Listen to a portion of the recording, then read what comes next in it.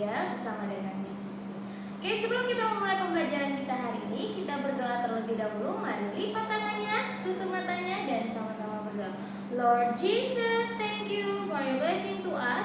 Now we are going to study. Please help us to understand the lessons. In the name of Jesus Christ we pray. Amen. Nah, seperti yang Miss bilang kemarin ya, bahwasanya buku kita kemarin di tema 2-nya sudah selesai, tapi kita akan kembali lagi karena buku kita baru datang yang kemarin ya. Karena tanggung, jadi Miss teruskan yang tema 2. Sekarang kita kembali lagi di buku tematik kalian, di buku cetak ya, yang ini. Oh, yang ini ya, yang baru ya. Di tema 1, oke? Kita akan masuk pada pembelajaran ke subtema yang pertama, masih berhubungan dengan pembelajaran yang sebelumnya. Perhatikan di halaman 1. Tuh. Subtemanya adalah ciri-ciri makhluk hidup. Makhluk hidup di sekitar kita, ya. Banyak makhluk hidup yang ada di sekitar kita itu. Makhluk hidup itu apa? Masih ingat nggak kemarin ada manusia, hewan, dan tumbuhan. Manusia itu seperti kita, anak-anak yang di rumah. Kemudian ada tumbuhan. Siapa yang punya peliharaan tanaman hias misalnya, nah itu juga makhluk hidup. Kemudian hewan peliharaan kalian juga makhluk hidup ya.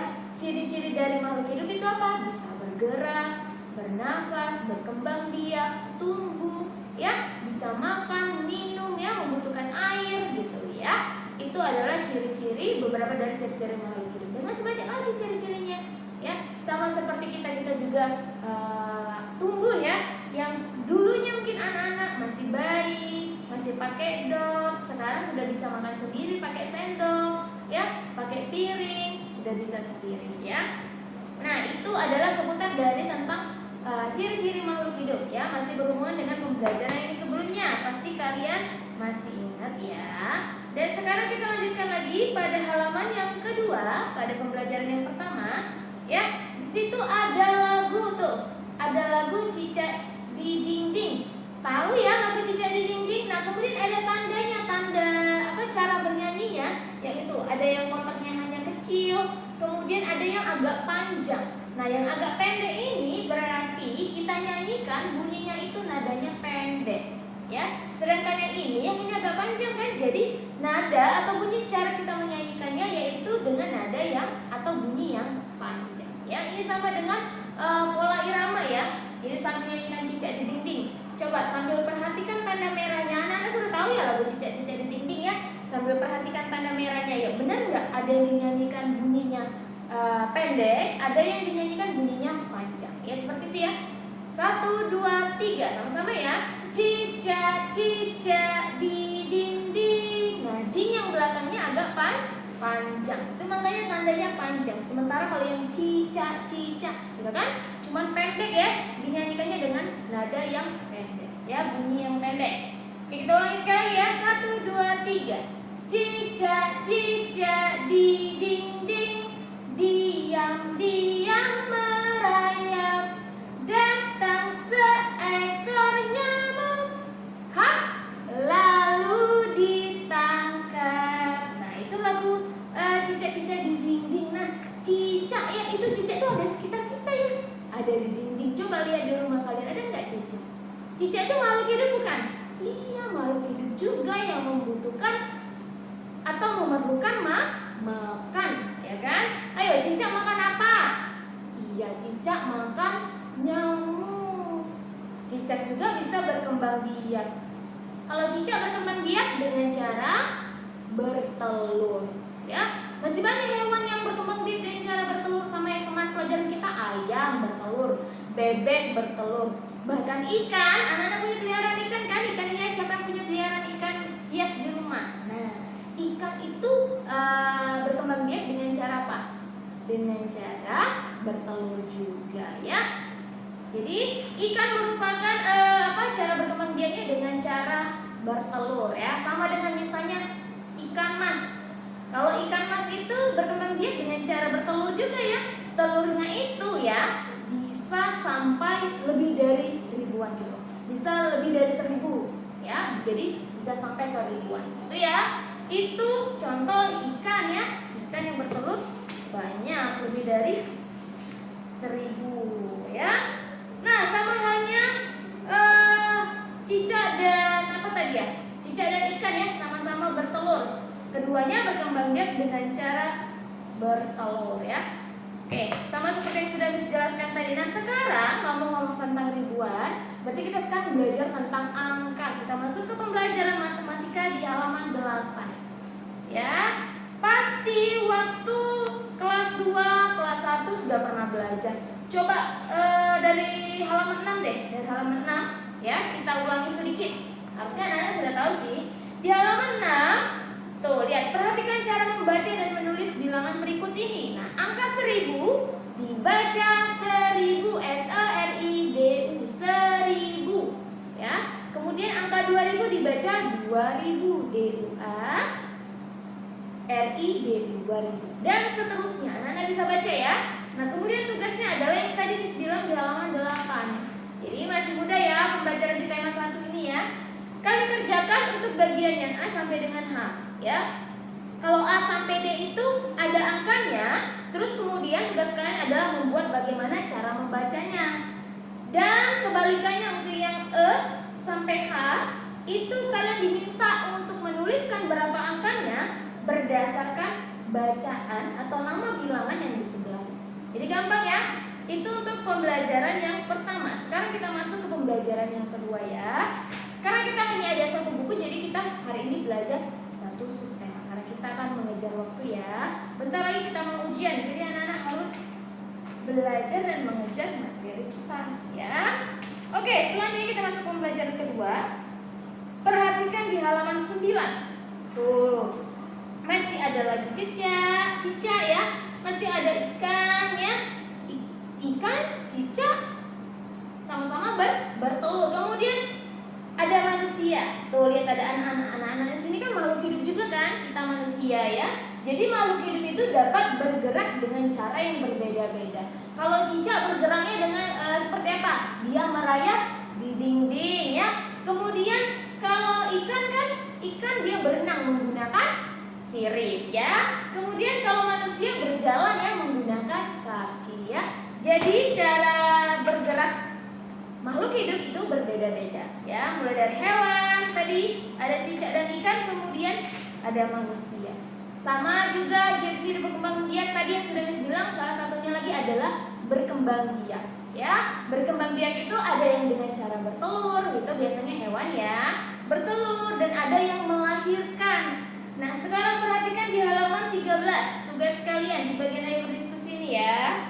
Di halaman 13, istilah tabel berikut dengan nama hewan, isilah sesuai kelompok yang tepat. Jadi di situ ada nama makhluk hidup. Kalian tulis nama makhluk hidup.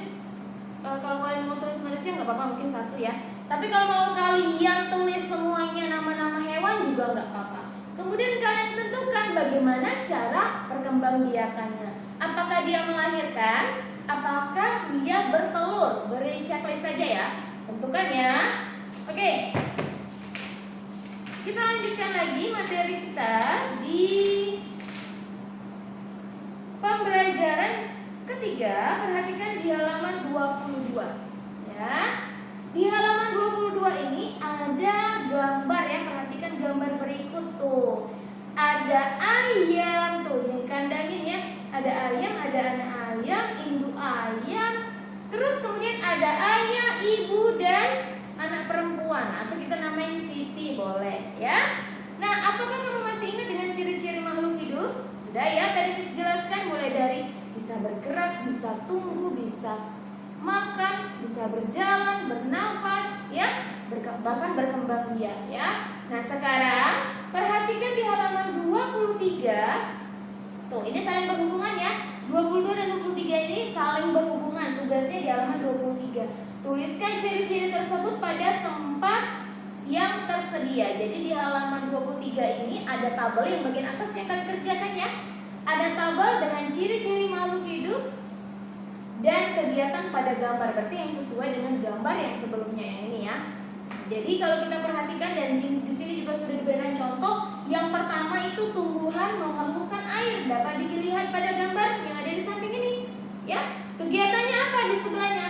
Ibu menyiram tanaman ya. itu salah satu dari ciri-ciri makhluk hidup ya. Yang pertama adalah tumbuhan memerlukan air.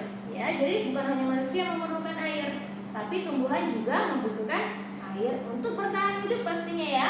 Dan kalau kita lihat dari kegiatan pada gambar, tuh lihat, ibu sedang menyiram tanaman ya. Jadi sesuai ya.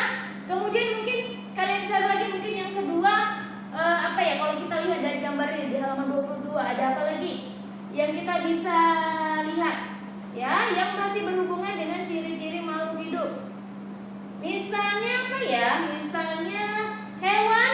Kalau kita lihat sini kan ayamnya sedang makan ya, diberikan oleh Siti dan ayam. Misalnya seperti itu. Jadi misalnya hewan atau ayam membutuhkan makanan, ya kan? Kegiatan pada gambarnya apa? Lihat di sini kan ada sebelahnya ya, kegiatan pada gambar. Kita sesuaikan, ya. Kita sesuaikan. Nah, terlihat dari gambarnya bahwa ayah dan Siti atau anak perempuannya ini sedang memberikan makanan kepada si ayam atau sedang memberikan pakan ayam. Pakan ayam itu adalah makanan untuk ayam ya. Itu untuk yang kedua boleh. Dan selanjutnya kalian tentukan lagi apa saja ciri-ciri makhluk hidup kalau kita lihat gambar berikut ini. Ya, jadi ada 6 ya. Kemudian kalian tulis kegiatan yang sesuai dengan gambar tersebut. Oke, itu untuk yang di halaman 23. Sekarang kita lanjutkan. Coba kalian perhatikan di halaman 32 ya. Kita masuk ke pembelajaran yang keempat. Di halaman 32 ini ada gambar kedua anak sedang ngapain ya? Sedang bermain, tapi juga permainan ini termasuk dari kegiatan olahraga. Nah, pada olahraga ini juga merupakan salah satu dari ciri-ciri makhluk hidup, yaitu di mana bahwasanya manusia atau anak-anak yang ada di gambar ini salah satunya kalau kita lihat ciri-cirinya apa? Dapat tumbuh. Tumbuh itu artinya adalah apa?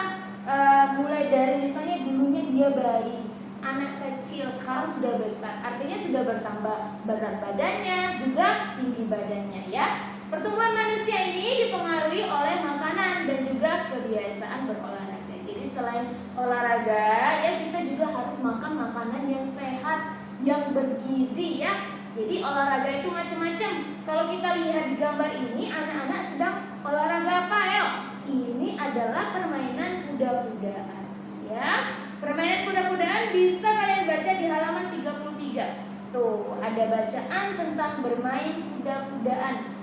Jadi bermain kuda-kudaan ini bisa juga menjadi salah satu cara kita untuk bermain sekalian juga dengan olahraga. Ya, jadi permainannya itu menggendong ya, menggendong salah satu temannya ya, kemudian berjalan ya, berjalan mulai dari garis start sampai ke garis finish. Ya, sesuai dengan aba-aba. Jadi misalnya dia gendong temannya atau partnernya ya. Kemudian setelah dihitung aba-abanya 1, 2, 3, mereka mulai jalan atau berlari. Pokoknya siapa yang paling cepat sampai di finish, dia adalah pemenangnya ya.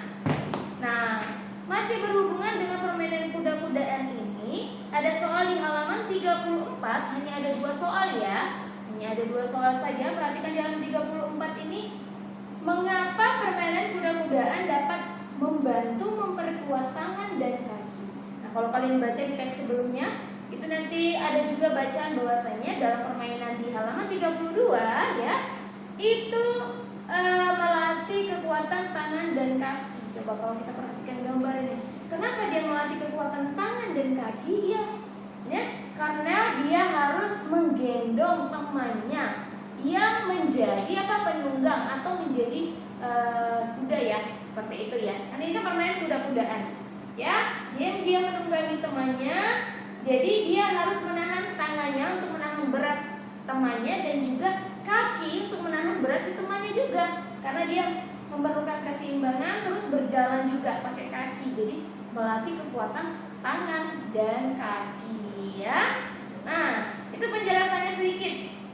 Kalian bisa jelaskan dengan kalimat yang kalian akan utarakan pada di halaman 34 ini di dalam kotak yang telah tersedia. Ini ada kotak ya, masing-masing soal ya. Nah, Jadi kalau anak-anaknya sedang berjalan sampai ke garis finish itu kan memerlukan kekuatan tangan dan kaki, ya, tangan dan kaki ya. Tangannya untuk menggendong temannya tadi menahan, kemudian kaki juga untuk menahan berat badan si temannya tersebut agar dia sampai ke garis finish, sampai dia di garis finish. Ya, kemudian yang kedua, apa saja yang harus dilakukan agar memenangkan perlombaan kuda-kudaan? Karena dia lebih dari satu teman, apa yang harus dilakukan ya? Tulis 3 deh, apa saja yang harus dilakukan biar menang sesuai dengan gambar kuda-kudaan di sebelumnya. Oke ya, udah ya, jadi sudah kasih gambaran, jadi tidak terlalu sulit. Dan selanjutnya kita masuk pembelajaran yang kelima. Ini kita baca satu subtema ya. Coba langsung ke halaman 44 ya. Tapi sebelumnya kita lihat dulu di halaman 42. Jadi masih berhubungan 42 dan 44 ya. Jadi itu ada ayo berlatih, itu gambar, ada pemerah sapi, ada sapi juga susu. Nanti kalian bisa baca teks yang ada di bawahnya. Ya, kemudian di bagian bawahnya itu ada tabel ya. Tabel dengan penjelasan di mana ada beberapa perusahaan dari A, B, C sampai E ya, dari A sampai E. Nah, kemudian dituliskan juga jumlah susu kemasan yang dihasilkan per bulannya. Jadi misalnya perusahaan A 1.200 kotak per bulan, ya. Perusahaan B beda lagi, dan seterusnya sampai perusahaan E. Nah, masih berhubungan dengan tabel, informasi yang ada di tabel ini yang harus kalian kerjakan adalah di halaman 44. Nah, lihat. Nomor 1, Miss kasih contoh nomor 1 ya. Dan sebagai jawaban, berapa jumlah susu kemasan kotak yang dihasilkan perusahaan A ya? A dan B. Nah, kita perhatikan di halaman 42. Perusahaan A itu ada 1.200 kotak. Perusahaan B itu ada 3.000 kotak. Jadi boleh ditulis ya, boleh 1.200. Apakah dia ditambah atau dijumlahkan? Kita ulangi lagi ya pertanyaannya. Berapa jumlah susu kemasan kotak yang dihasilkan perusahaan A dan B? Berarti ditambah. Perusahaan A-nya tadi 1.200, perusahaan B-nya berapa? 3.000. Jadi 1.200 ditambah 3.000 buat di lembar jawabannya. Ya, di bagian jawabannya 1.200 ditambah 3.000 sama dengan 4.000. Berapa? Sama dengan 3.000, sorry ya. Jadi sama dengan ya 4.200 ya. Ulangi sekali lagi, berapa jumlah susu kemasan kotak yang dihasilkan perusahaan A dan B? Perusahaan A tadi 1.200, kemudian perusahaan B-nya adalah 3.000. Jadi 1.200 ditambah 3.000 adalah 4.200 kotak. Jangan lupa tulis kotak, gitu ya. Ya, itu untuk jawaban nomor 1. Kemudian kalian jawab untuk nomor 2, 3, 4, dan 5 ya. Itu jawaban nomor 1. Kemudian di halaman ke pembelajaran ke-6 ya. Pembelajaran ke-6 ini kita belajar, tuh lihat gambar ada anak yang sedang, di halaman 45 ya. Ada anak yang sedang makan, ada sekeluarga sih, ada ayah, ibu, kakak dan adik. Jadi sekeluarga sedang makan. Jadi mereka sebelum makan mereka berdoa terlebih dahulu. Sama dengan anak-anak ya, kita bersyukur masih bisa makan. Ada juga orang-orang yang di pinggiran jalan sana susah untuk mencari makan. Jadi kalau kita tuh harus mensyukuri dengan yang Tuhan kasih. Ternyata ada yang lebih sulit. Jadi kalau kita bersyukur itu termasuk dari Pancasila. Sila keberapa? Sila pertama, yaitu ketuhanan yang Maha Esa ya. Jadi sikap bersyukur itu termasuk dari pengamalan dari Pancasila sila pertama. Nah, seperti yang tadi sudah dijelaskan ya, saat kita ingin menjaga kesehatan tubuh kita, yaitu kita harus olahraga, makan makanan yang bergizi ya kan, sesuai dengan kebutuhan kita. Dan jangan lupa sebelum makan berdoa ya. Kemudian kita juga harus tetap bersyukur ya. Jadi bersyukur itu merupakan cara kita berterima kasih atas pemberian Tuhan. Bersyukur dilakukan dengan cara berdoa dan melaksanakan perintah Tuhan dengan baik ya. Oke. Tadi sudah dijelaskan bersyukur merupakan salah satu dari pengamalan Pancasila pertama. Sekarang perhatikan di halaman 48. Nah, ini ada gambar ikan lagi yang berkembang biak dengan cara apa tadi? Bertelur. Nah, di dalam ikan-ikan ini ada sisiknya, ada siripnya, ada ekornya lagi ya. Di mana di setiap bagiannya itu ada penjumlahan. Ya, nanti kalian jumlahkan pada setiap soal, misalnya di bagian atas yang sirip yang kanan ya. 500 ditambah 500 berapa? 1000. Kemudian yang lainnya juga kalian jumlahkan, kalian cari hasilnya berapa, ya. Dan kemudian setelah kalian cari hasilnya, perhatikan penjelasan di halaman 49 bagian atas, ya. Selesaikan soal yang ada pada gambar ikan tersebut. Warnai dengan warna merah bagian tubuh ikan untuk hasil penjumlahan lebih dari 5.000 warna merah. Ingat.